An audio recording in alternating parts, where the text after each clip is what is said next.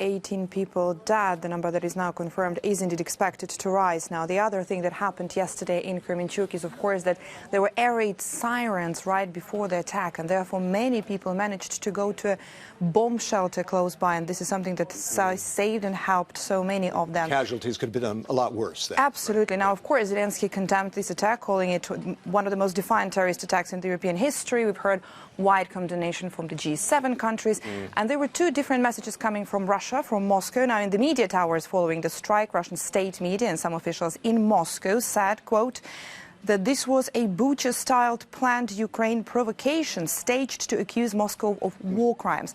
And then only later on that Russia's defense ministry said that it hit a weapons depot that stored high-precision air-launched missiles in a strike aimed at destroying US and European supplies for Ukraine's armed forces.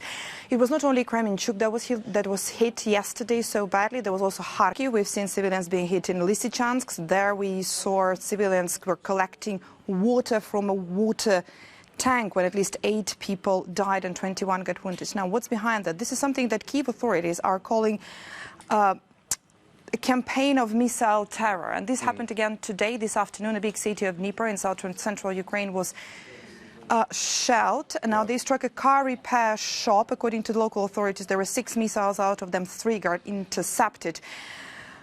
Indeed, over the past couple of days, Russia stepped up the airstrikes on Ukraine, and this is something that could be somehow explained. This echoes the statement by some of the U.S. officials that said that Russian forces are increasingly relying on artillery and missile strikes to advance their operations in Ukraine.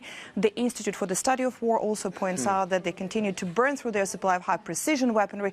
And the UK Defence Ministry intelligence report also says that Russia fielded the core elements of 6 different armies, yet achieved only tactical success at Severodonetsk. Therefore, this is something that can explain this new strategy.